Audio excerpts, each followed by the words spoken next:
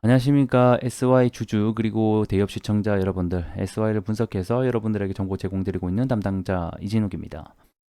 자, SY 주주분들이라고 하면 아셔야 될 이슈들 오늘 좀 종합해서 가지고 와 봤습니다. 그래서 첫 번째는 뭐 이스라엘과 하마스 6주간 휴전 협의에 들어간다는 소식 좀 가져와 봤고요. 그 다음에 22조 이라크 재건 사업에 대한 소식도 있습니다. 그래서 이 부분, 그리고 우크라이나에 파병을 할 수 있다라는 검토 소식이 들려오고 있거든요. 그래서 오늘 좀 종합적으로 좀 이슈를 체크해보고 함께 얘기 나눠보는 시간 가져보도록 할 테니까 영상 집중해 주시면서 들어가 보도록 하겠습니다. 자, 첫 번째 이슈부터 보도록 하겠습니다. 자, 이스라엘과 하마스가 전쟁 중에 있죠. 이 부분에 대한 6주 휴전을 한다라는 소식이 들려오고 있습니다. 아직까지 최종적으로 합의가 됐고 휴전이 들어간 것은 아니지만 인질 석방에 대한 조건으로 만약에 서로 조건이 좀 맞는다라고 하면 6주간 좀 쉬자, 이런 부분들이 나오고 있다.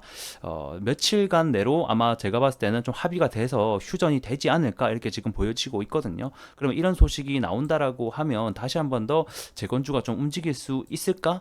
이런 부분들, 긍정적인 요소, 이런 부분들이 좀 미칠 수 있는지 함께 좀 추적을 해보시면 좋을 것 같습니다.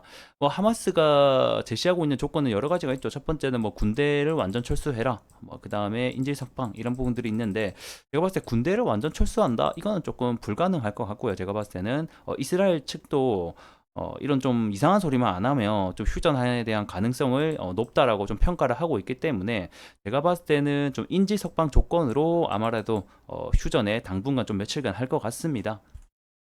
근데 이 6주간 휴전이 이번이 처음은 아닙니다. 앞전에 23년도 때 작년이죠. 작년 12월 달에도 7일간 정도의 휴전을 했던 기록들이 있습니다. 12월 달에 잠깐 휴전할 때의 재건주가 크게 이슈를 받지는 못했긴 했었거든요. 그래서 이번에도 뭐 크게 이슈를 받기보다는 이런 긍정적인 요소들이 계속 플러스가 된다라고 하면 직접적인 종전이나 휴전에 대한 협상 테이블까지 열릴 수 있다라는 가능성, 이런 부분들만 조금 체크해 보시는 게 어떨까 싶습니다. 하지만 이 재건주에게는 분명히 긍정적인 요소가 될 수 있다라는 부분 좀 체크를 해보시면 좋겠고요. 다음 이슈 보도록 하겠습니다. 자, 유럽 국가들이 우크라이나죠. 여기에다가 파병을 검토하고 있다는 소식입니다. 그래서 러시아 측에서는 너희가 파병하는 순간 직접적인 충돌로 이어질 수 있다라고 경고까지 내렸는데요. 해당 내용 좀 함께 살펴보도록 하죠.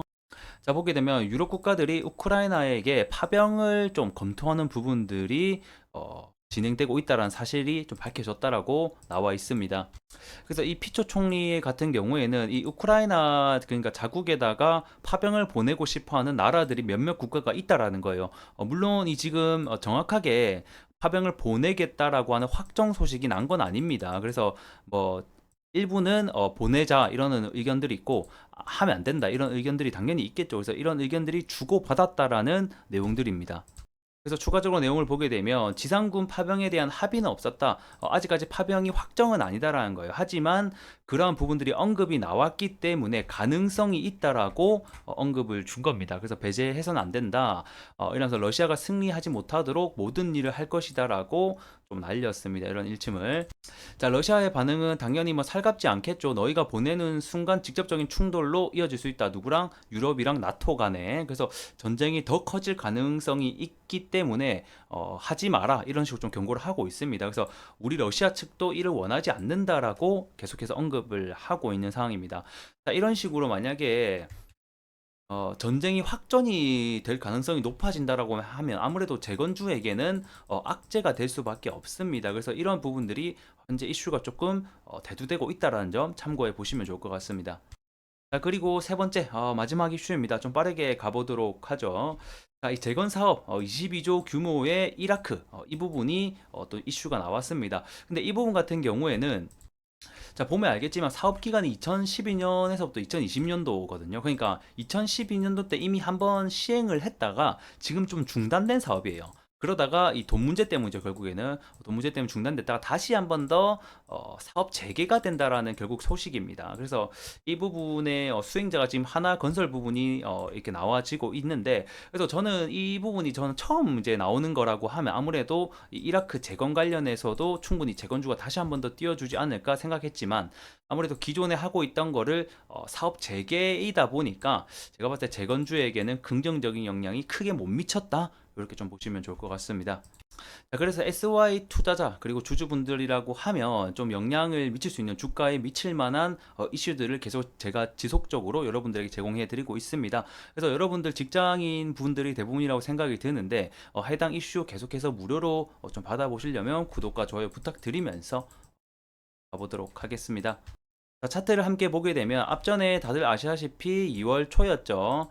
푸틴이 좀 우크라이나와 휴전에 대한 가능성을 언급하면서 주가가 한 차례 상승이 나왔었는데 제가 그때도 말씀드린 게 이제 이러한 가능성만으로는 주가가 지속될 수 없다. 협상 테이블이 직접적으로 열리는 부분이 가장 중요하다고 말씀드렸습니다. 재건 이슈는 앞전에도 계속해서 나왔던 시장에서 좀 우려먹고 있는 이슈다 보니까 이제는 가능성이 아니라 직접적으로 협상 테이블이 열려야지 한 차례 더 큰 파동이 나올 수 있다라고 다시 한번 더 좀 강조드리겠습니다. 자, 그러면서 주가가 제가 말씀드린 대로 이슈가 조금 한 차례 불었다가 테마가 이슈가 잠잠해지니까 주가도 역시 전체적으로 좀 조정이 나와주고 있는 모습입니다. 그래서 1차적으로 우리가 봐야 되는 지지선은 다시 한번 더 4,000원 구간을 좀 지켜주는지 여부를 함께 좀 살펴보셨으면 좋겠고, 하지만 제가 말씀드린 시나리오 중에 뭐가 있었죠? 24년도 11월 달에 미국 대선이 있습니다. 이 미국 대선이 만약에 트럼프가 당선이 된다라고 하면 이 트럼프가 어떤 발언을 했다? 내가 당선이 되자마자 러시아 우크라이나 전쟁 한순간에 끝낼 수 있다. 하루 안에 끝낼 수 있다라는 발언을 했기 때문에 이와 관련된 트럼프 지지율이 올라갈 때마다 11월 달에 일정이 가까워질 때마다 이 재건주에 올라갈 확률이 높아질 수 있다라고 다시 한번 더 또 드리겠습니다. 그래서 이런 부분 좀 시나리오 체크해 주셨으면 좋겠고, 앞으로 이 재건의 이슈가 있을 때마다 제가 여러분들에게 또 관련된 내용들 충분히 또 알려드리면서 찾아뵙도록 하겠습니다. 자, 오늘 영상 대단히 수고 많으셨고요. 전 또 다음 시간에 뵙도록 하겠습니다. 감사합니다.